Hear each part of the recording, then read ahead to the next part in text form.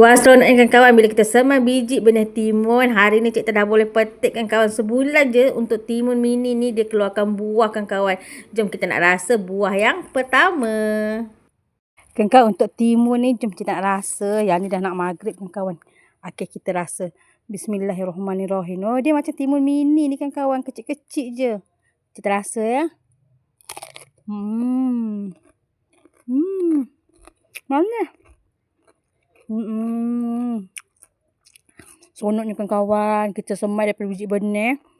Dapat rasa macam ni. Sedap.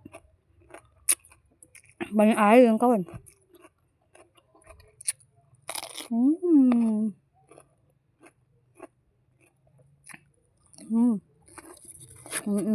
Nikmatnya.